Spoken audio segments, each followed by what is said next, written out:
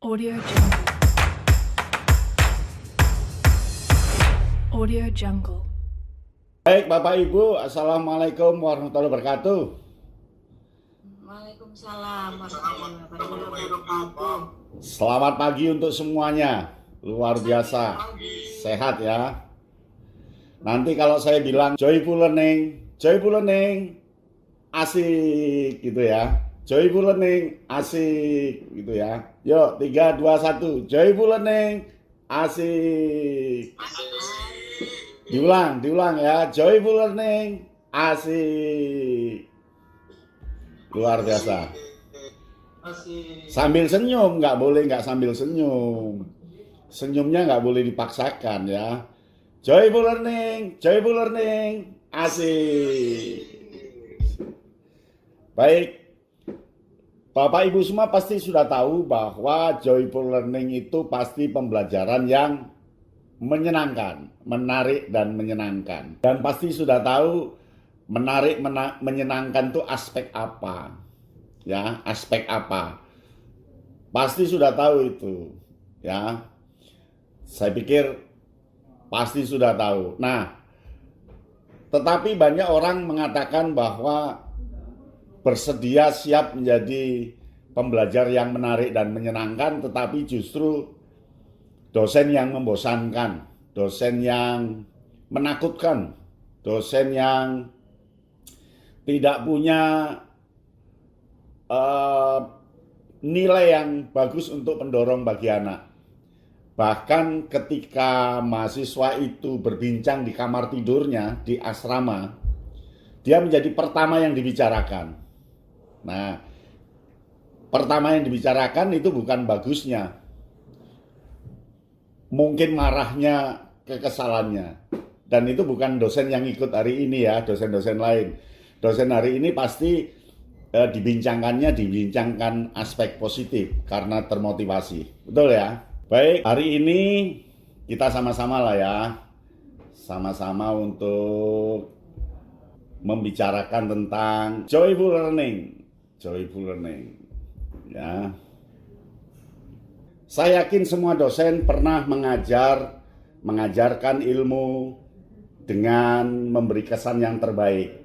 Ketika kesan terbaik itu indikatornya adalah kalau ada instrumen nilai kita bisa 10. Kalau ada tanggapan lisan pasti dia sambil tersenyum dan ngacungi jempol.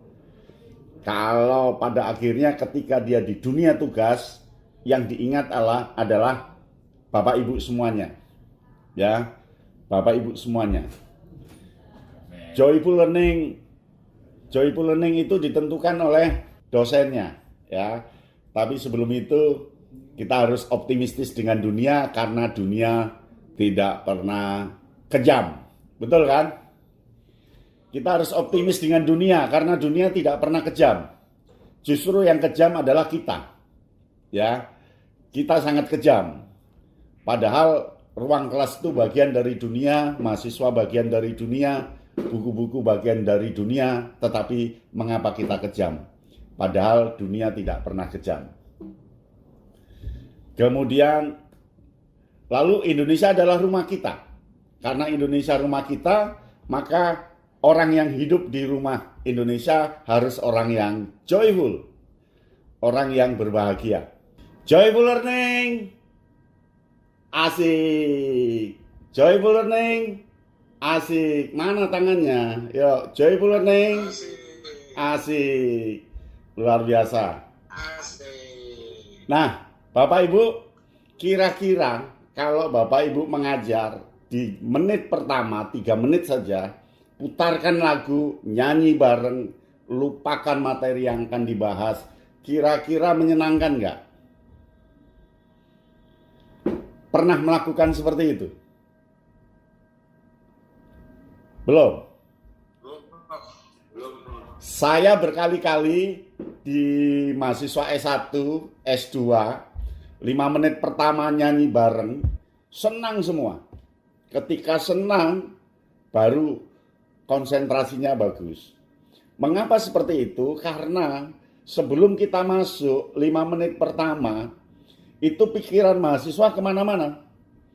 Kepikiran belum bayar es teh di kantin, kepikiran HP-nya lupa di kamar, kepikiran yang lainnya. Nah, kepikiran itu harus ditarik menjadi satu konsentrasi. Nah, satu konsentrasi itu bisa lewat yel, bisa lewat lagu, bisa lewat gerakan, bisa lewat tepuk tangan hari ini ada yang ulang tahun. Jadi dosen sebelum masuk, cek daftar nama mahasiswa, ada nggak yang ulang tahun? Kalau ada, langsung. Hari ini semuanya berdiri, kita beri tepuk tangan buat Ratri yang telah ulang tahun. Tepuk tangan, selamat ulang tahun. Itu konsentrasi terpusat. Ingat bahwa 5 menit pertama itu menentukan.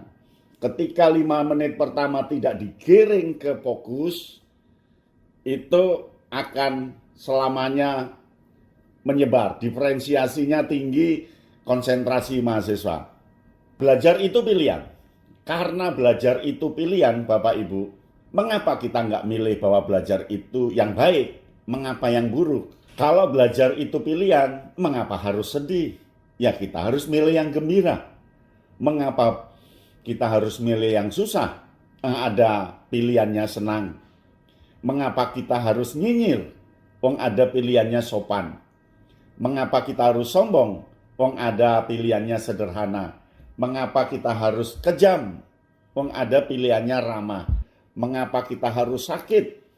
Menyakitkan? Wong pilihannya adalah sehat.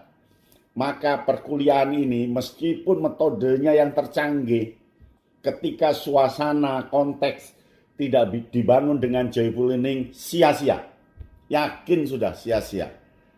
Ya, metode sehebat apapun, apakah itu metode terbaru sibernetika, methods, atau metode komputasi, methods, atau metode apa saja, ketika kita tidak bisa memainkan dengan joyful, tidak ada hasilnya. Percaya nggak? Ya, tetapi begitu kena joyful learning, waktu yang sedikit mahasiswa bisa paham semua. Nah, Bapak Ibu, menarik dan menantang itu perkuliahan yang suasana dan konteksnya itu menyenangkan, artinya terintegrasi antara pikiran dosen dengan pikiran mahasiswa, terintegrasi antara suasana dengan hati dan jiwa mahasiswa dan dosennya, itu mengalir begitu saja, ditentukan oleh 4 hal ini. Ya, kontennya harus menarik dan menantang, artinya dikemas, mana yang harus ditukikkan, mana yang harus dipakai contoh, mana yang harus diulang-ulang karena kata kunci, mana yang harus didepankan, mana yang harus dibelakangkan, mana yang harus diilustrasikan gambar, mana yang harus ilustrasi suara. Ini kemasan konten. Kalau enggak bakalan menarik dan menantang. Kuliah itu ya hanya 4 ini, Mas, Mbak. 1, masalah konten. Artinya kemasan itu adalah lebarnya, panjangnya, kuatnya, warnanya, kemasannya, menariknya. Apakah harus diberi gerakan, diberi warna, materi itu harus difilmkan, apakah harus itu akan menentukan daya tarik sebuah materi. Kalau sudah kemasan kontennya kuat, baru yang kedua masalah proses. Bagaimana memainkan kisah perkuliahan dari menit pertama sampai terakhir. Bagaimana perkuliahan ini menjadi sebuah pengalaman yang bagus yang tidak terlewatkan dari awal sampai akhir. Ya, proses ini kaitannya dengan pemilihan metode pembelajaran, kaitannya dengan teknik pembelajaran, kaitannya dengan strategi yang mau diterapkan. Jadi joyful learning ini payung untuk metode pembelajaran apa saja. Apakah dia berbasis project, apakah dia berbasis problem, apakah dia berbasis kognitif, ataukah berbasis kooperatif, itu no problem. Tapi kemaslah dengan joyful learning. Jadi joyful learning ini tidak lepas dari metode-metode yang lain. Tetapi joyful learning ini napas situasi, kondisi yang harus ada di semua metode pembelajaran. Apakah itu metode ceramah, apakah itu metode penugasan, bungkus dengan menarik dan menantang karena proses.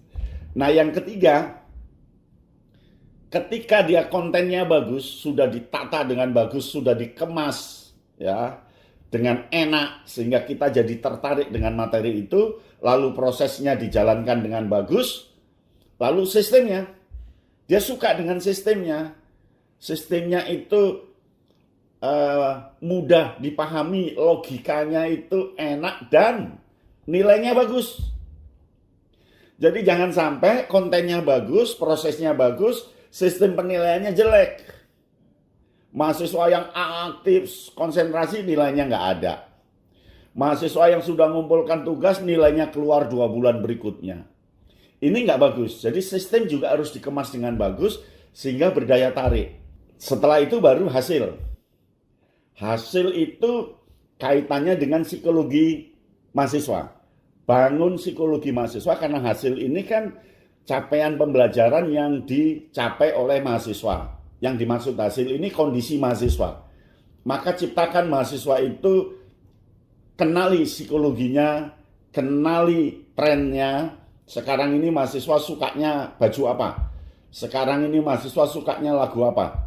Sekarang ini mahasiswa itu dalam psikologi yang seperti apa? Itu dipelajari. Jadi perkuliahan itu sebenarnya nggak lepas dari 4 ini. Baik, nah dalam proses joyful learning itu dibangun awal sampai akhir. Bahwa pembelajaran itu per 25 menit, jadi naik 25 menit, dia akan nurun.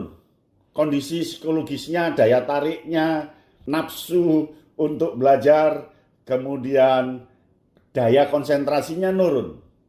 Per 25 menit. Ini paling lama sudah. Biasanya kalau ngajarnya jelek per 10 menit itu.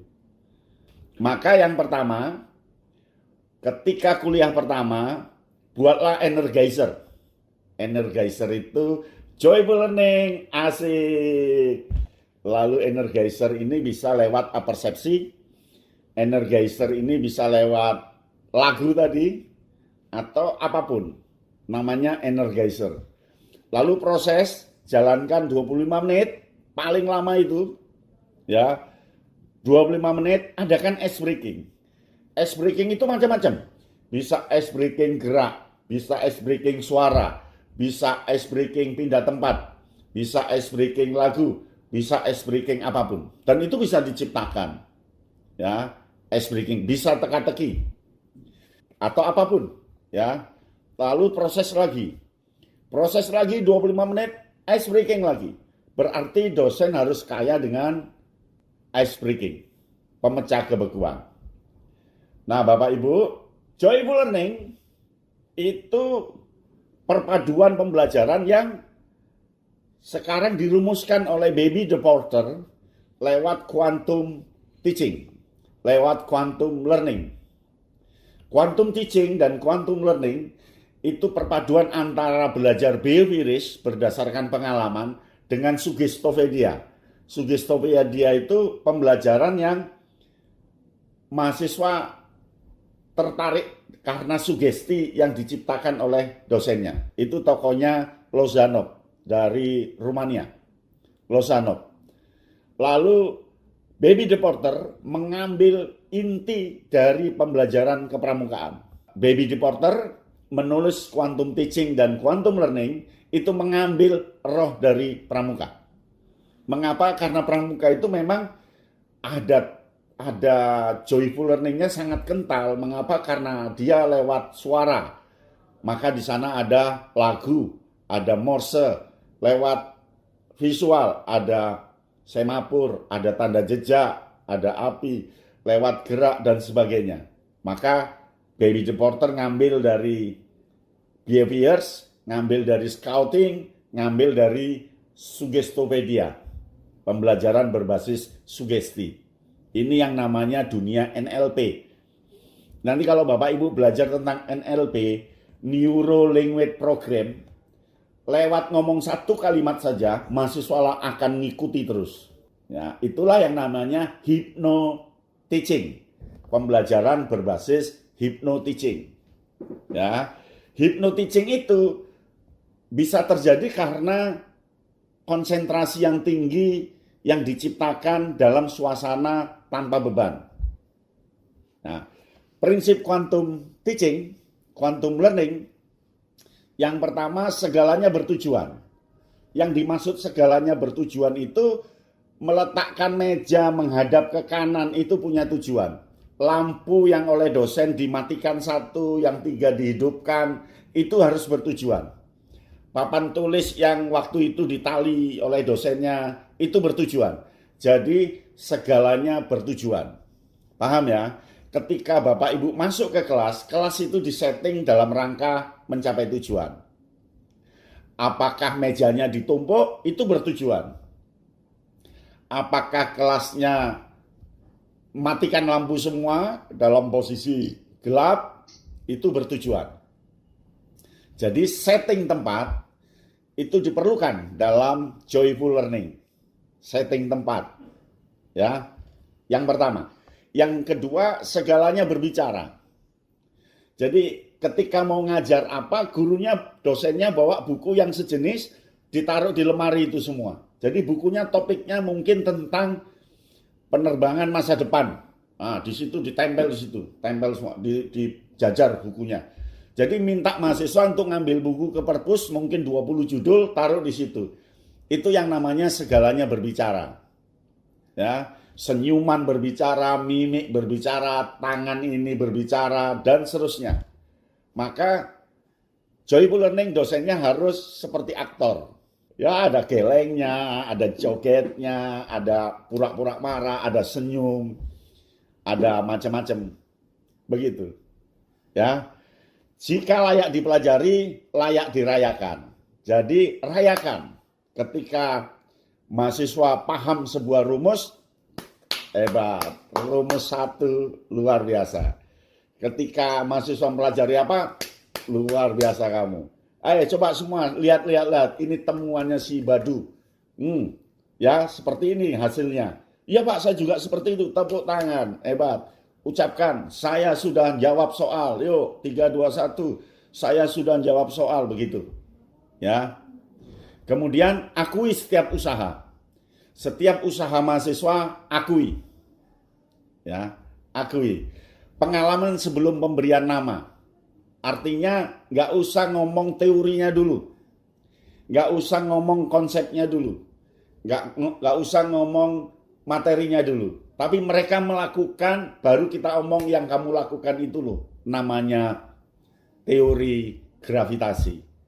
Ya, kamu lakukan itu loh. Yang namanya teori putaran matahari. Dan seterusnya.